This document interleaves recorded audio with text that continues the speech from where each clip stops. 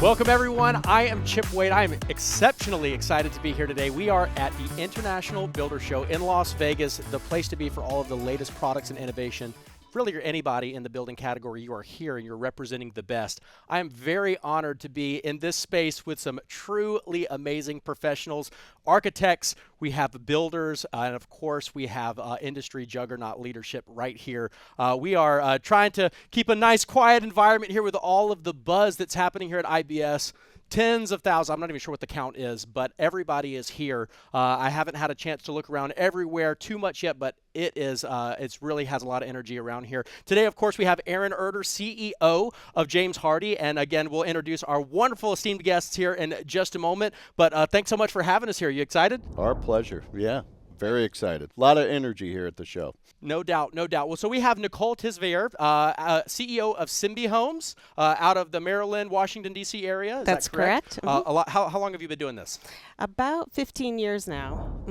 Before that, I got a PhD in education and then somehow switched careers and became a builder. So now I'm bringing them both together because I educate the public and I'm building. It's actually the best of both worlds. Excellent, and have some amazing projects going on, which we're going to definitely dive into here shortly. Of course, we've got Peter Pfeiffer here as well. Tons of experience. We've got Vision House Austin, another great expose of product integration with strategy behind what we're selecting and why. That's really what I wanted to focus on today is a little bit about the resiliency, the sustainability of modern building materials.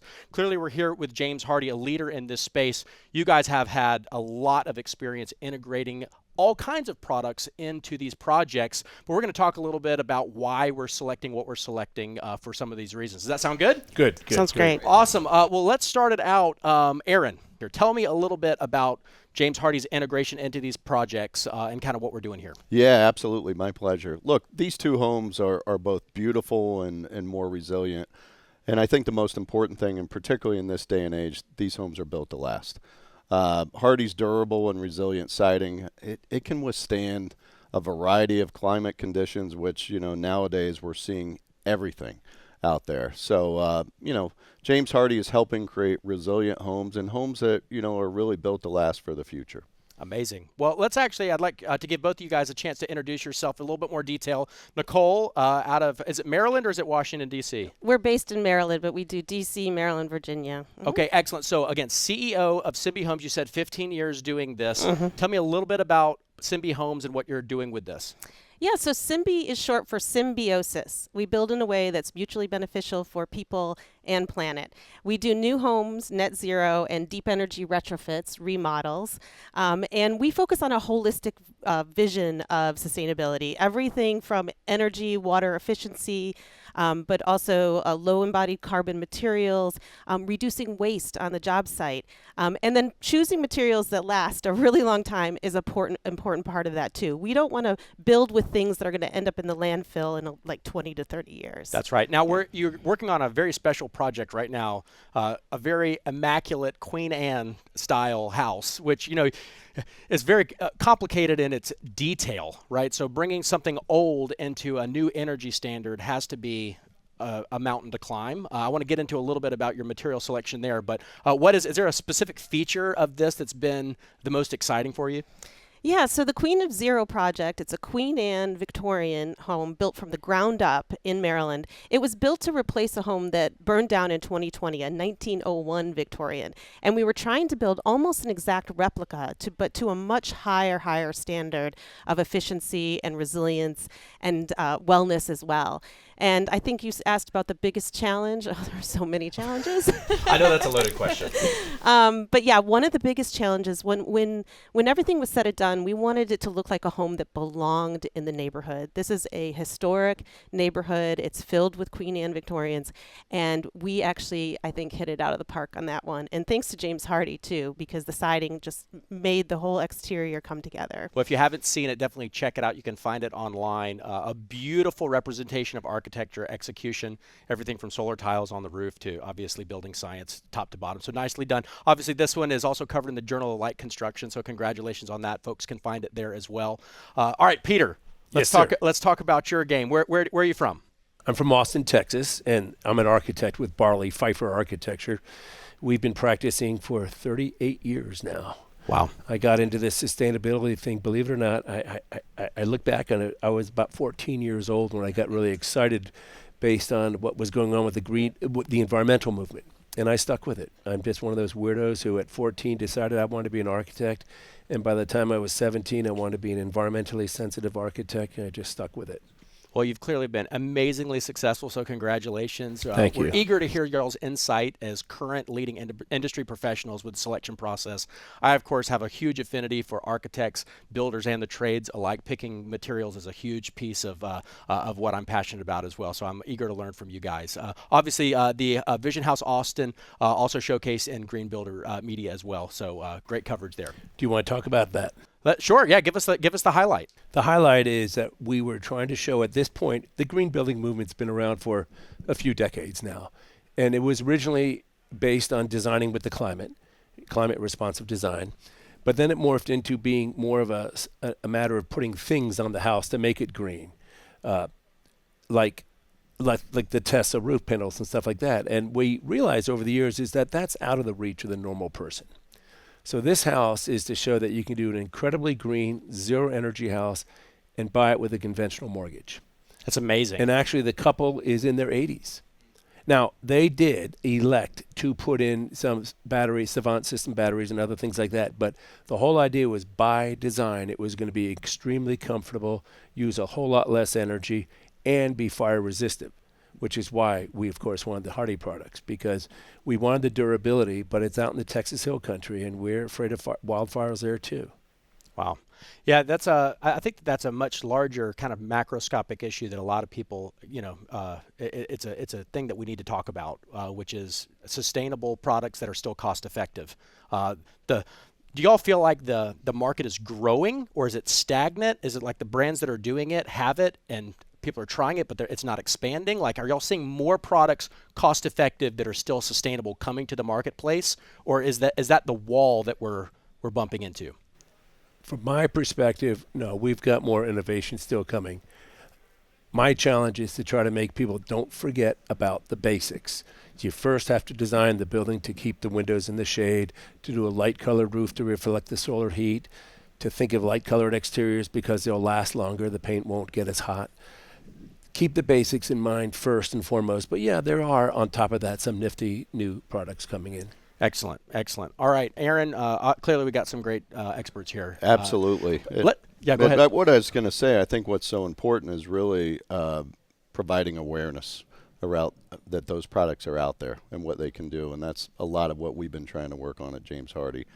I mean, we pride ourselves in providing, building products that help you craft more resilient and durable homes and buildings. And we want to tell people about that. Excellent. So what you're doing is really helping us. Oh, your new products, or they were new at one point. The artisan siding, I think, is fantastic. Yeah. We've had so much fun doing some really nice detailing with that. Plus, it's more resistant to the elements. It is. It's a thicker product, and actually we have that on showcase here at the show here. It's hard to see it because there's 10 people deep looking at it. Yeah. It's so beautiful. I mean, it's one of those things that stands out. Architectural accuracy and significance, along with resiliency and sustainability and cost effectiveness. That's a hard equation to crack, but you guys are really doing some magic with that. Yeah, So Chip, you talk about sustainability, and it really goes beyond just our manufacturing processes and extends to products that last longer. And that's what our product does. I mean, it requires less maintenance. It provides resiliency in whatever the climates. They're designed specifically with your climate zone in mind. So if you think about Texas with the Vision House in Austin, our HC10 products help protect homes from the heat, from human conditions, the blistering sun, and more. And for the Queen of Zero, if we think about outside of DC, our HZ5 product line is right at, deals with climates that are freezing temperatures, extreme heat, snow and ice. So we have the right product for wherever you are. I'd just say this. Look, with these innovative products and features, we create personalized design that really reflects the home's unique style, and it's going to be durable and resilient for really the life of the home. So speaking of kind of the climates and what's kind of going on this year, I live down in the South in Atlanta. Obviously, there was multiple kind of crazy storms, a lot of snow. It's the first time I've ever seen snow on the television, on the beach, on the Gulf in my lifetime. Yeah. Crazy stuff. A lot of hurricane traffic coming there, super high winds, and obviously on the West Coast, a lot of fire events, and clearly that's getting a lot of publicity in the news. But these are real things that are happening all the time. Can we jump into a little bit of y'all's perspective? Clearly, y'all are designing stuff everywhere. These types of topics are not just regionalized. They're becoming more national cognizance of we need to have materials that are withstanding to some of these types of things. Tell me y'all's perspective, maybe, Nicole, if you can go first on what you see. Yeah, absolutely. I mean, climate resilience is incredibly important. In the DC area where I work, we're noticing that summers are getting hotter, they're getting stickier. And when we build really tight, too, we have to be very concerned about the indoor air quality as well. But what I want to say is, like, when you're a high performance builder like we are, the attention to detail is incredibly important. And we feel like using a product like Hardie, it enables us to really help keep the elements at bay, helping us in creating that wonderful shell that we need. But also we get to work with wonderful James Hardie people throughout the organization who are amazing and who come on site and make sure that we get every little detail right. And I, as a small businesswoman, I'm just so grateful to have those resources now. Yeah. Nicole, thank you for saying that. Look, we talk so much about our purpose, which is building a better future for all. And those aren't just words. We mean that, whether it be working with a builder, an architect, a homeowner, you name it. I mean, that's what we're all about. Yeah, so I mean, talk about that process just real quickly. I think that resonates a lot with people that are out there, a lot of builders, small builders and big, having manufacturers or products with responsiveness for questions. It's not that you're just not going to have questions or concerns or issues with any product. I mean, it's a fact of life. But is the difference really with how you can get the answer, how you can get the solution with sound, like to the point, accurate information in a timely manner? Yeah, no, 100%. It is like that. And so when we're on the job site and before we actually start the install, we're able to call up our technical support team. We all assemble a meeting on site with the experts, basically go through the plans and all of the details and make sure we're getting those little tiny transitions like absolutely correct. And that is what I think sets us aside from like all the other builders out there today, is that we do take the time, to go through all the detail work. And that's got to trickle down through all of your staff, all of the trades, having that confidence that capability to install correctly from the manufacturer is through up and down. Right, because you mentioned innovation, right? And I see a lot of manufacturers moving forward with innovation, and I'm really excited about that.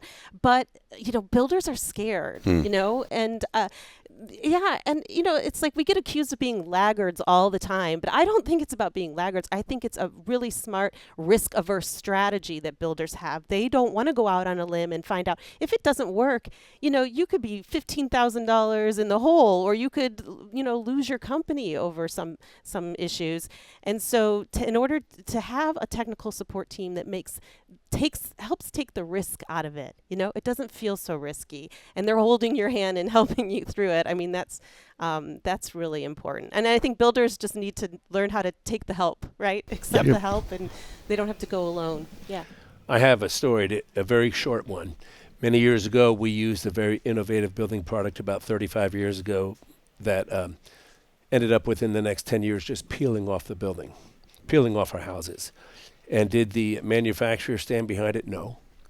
And guess who had to stand behind it? Because I had a building company back then. I didn't become an architect till I was in my 30s. And it was a tough lesson, and I understood. Like, we did not adopt synthetic plumbing for a good 8 years after the various PEX products came out. But something else that's sort of a neat story history-wise is and how evolution occurs. When I was starting off in the early 1980s, we were cladding our houses with cedar siding.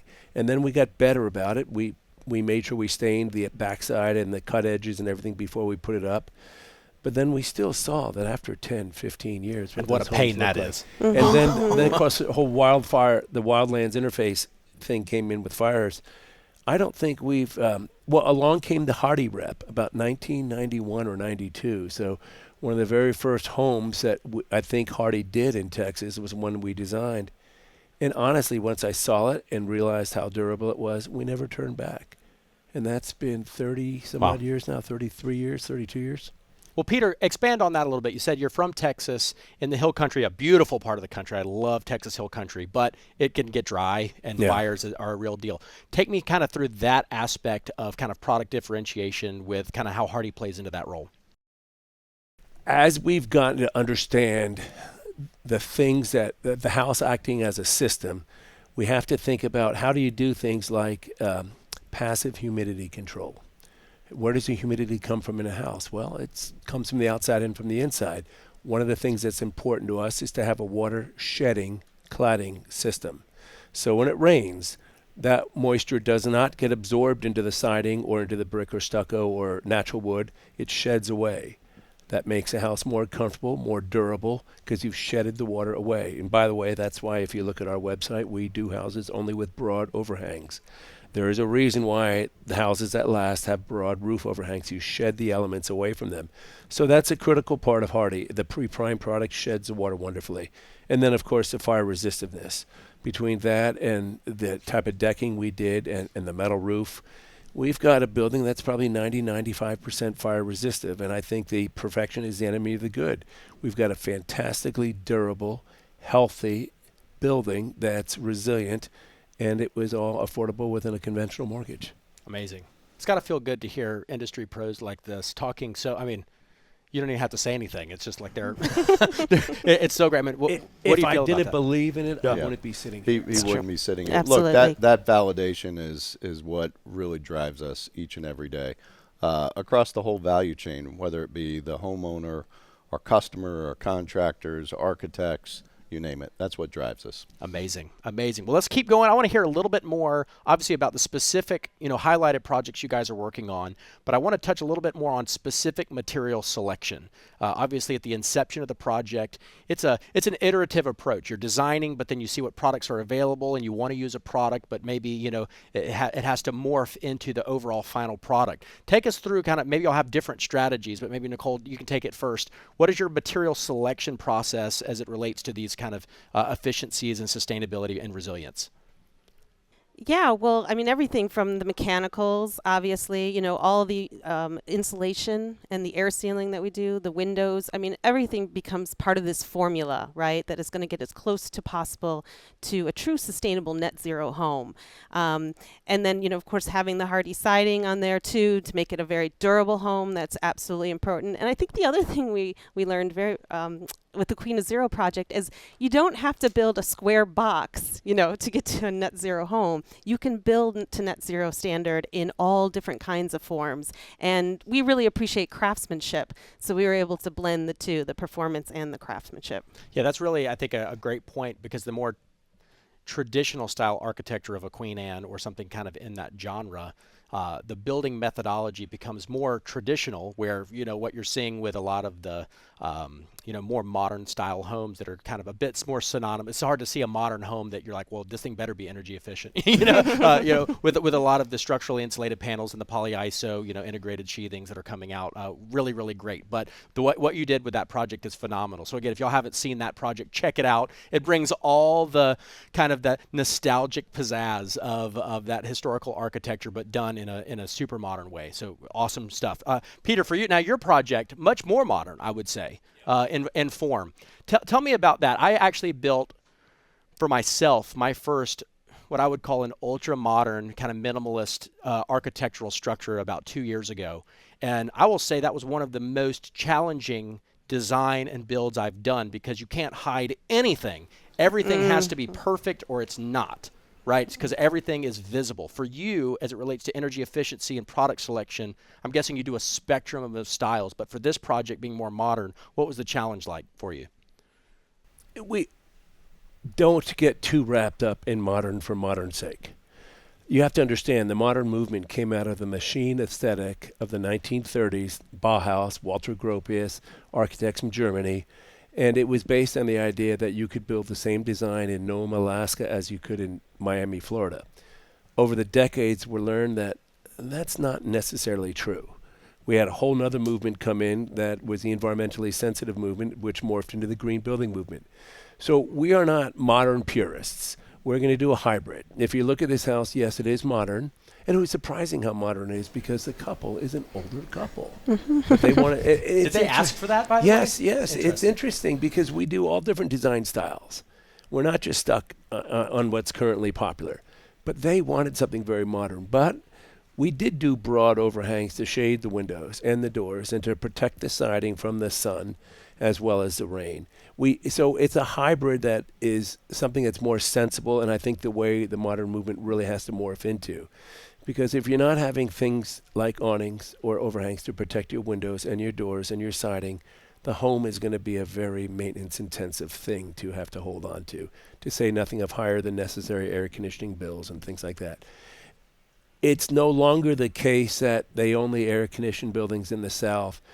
If you air condition anywhere, you would want to protect your windows from the sun and the siding from the sun, because the moisture that otherwise would get absorbed by the siding could become problematic when the sun comes back out and drives that vapor into the house. So it's a hybrid. It's modern, but it's got broad overhangs and sensitivities towards the climate that we're building in. So for Texas, obviously, there's a lot of stereotypes over the years that people adopt and obviously always get outdated, but the general populace doesn't necessarily stay with the current status quo of what's best. You think, the topic of, brick is best. We've heard that for so many years. If you got the money, do it. It's zero maintenance. You don't have to worry about it. In Texas, there's a lot of brick. In Atlanta, there's a lot of brick. And I would like You're to using talk fiber to that. cement. Tell me really why. I mean, is it a cost analysis? Is it really the material? What is it? I have to go up in front of HOAs, homeowner associations, regularly to explain to them that brick and stone and stucco, while they are associated with high quality homes, because people air condition now, tend to be the more problematic homes. It's because they have water absorbing cladding systems. And that becomes an issue. Air conditioning is all about cooling you and making you less humid inside. So you want a cladding system that is durable as brick and stone, and I think your product is, the cementitious nature of it, but still water shedding. And that's not what brick and stone is. I'm an early investor in a building company that does these 3D printed houses out of concrete. It's called Icon. Wonderful company. But you can get so many of the attributes associated with that by just using a cementitious product like yours that's reasonably priced and very flexible and easy to work with.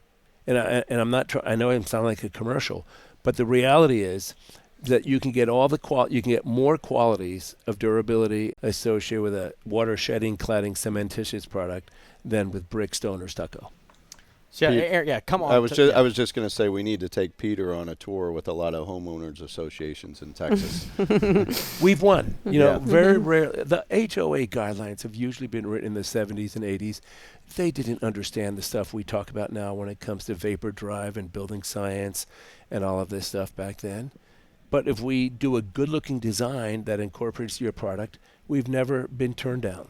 So who's the authority on this? Like Bunch of neighbors. But I mean, like it really is. But I mean, clearly, which is the HOA land, right? Right. But if you were to point HOA, like anybody that lives in a development that has this type of who is the standard we should be looking to? Where should they go? Who should they look up as the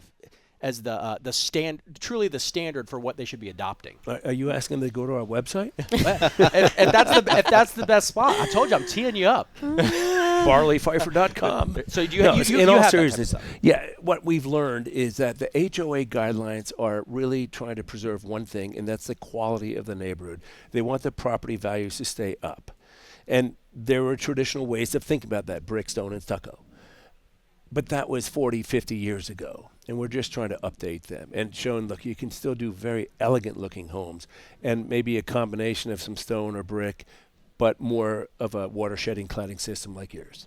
And if you show them a good looking product that's well rendered and you explain to them vapor drive and these things you've heard me say, I've not had one of them say, oh no, that doesn't matter to us. We still want something goofy from 50 years ago. So this is a great thing, Aaron. I mean, I think the product spectrum is also a very interesting thing that we're talking about here. It's not just lap siding, right? Right, I mean, right. Hardie has a spectrum.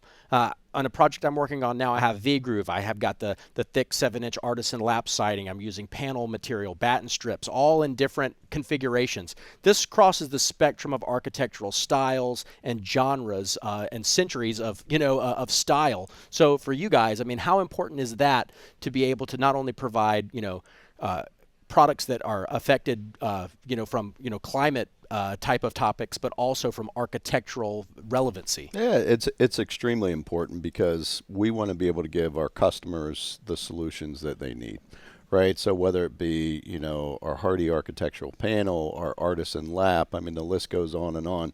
This show is a representation of the wide range of products that we're able to offer. So we're really proud of what we've been able to do. And look, so much of this goes back to education and awareness. Peter was just talking a little bit about that, of what our products can do and the wide variety of products that are out there, that you can make your home look beautiful, but also make it resilient as well. Excellent. Thank you for that. Nicole, let's talk about a little bit more kind of in this, I'm throwing you in this bit because you're doing the Queen of Zero project, but the historical home kind of genre, clearly that is something that has to be a little bit close to your heart a little bit, or you wouldn't do projects like this. How important is it that sustainability with, factoring into the recommendations for specifically historical homes? Talk to me about like maybe not a new construction, but maybe even like a renovation type of scenario where, a client may not have the benefit of doing like a ground up rebuild. Yeah, no, living on the East Coast. I mean, it's something like 70% of homes are like more than 50 years old or even older, right? I mean, we have a very old housing stock. And so the issue of wanting to reside is a very, very important issue for us. And we do have to present in front of HOAs sometimes and architectural review boards and those sorts of things. What I love is that Hardie comes in all these different exposures, right? And so you can buy different sizes. So at the Queen of Zero project, we were able to match the size exposure to the neighbor's house. So we got the exact, yeah. So the best compliment I ever get is, since the project's been done, is somebody walks by and says, "Oh, that's a great remodel. You just repainted that," and that's the way it's just blending right in. So yeah.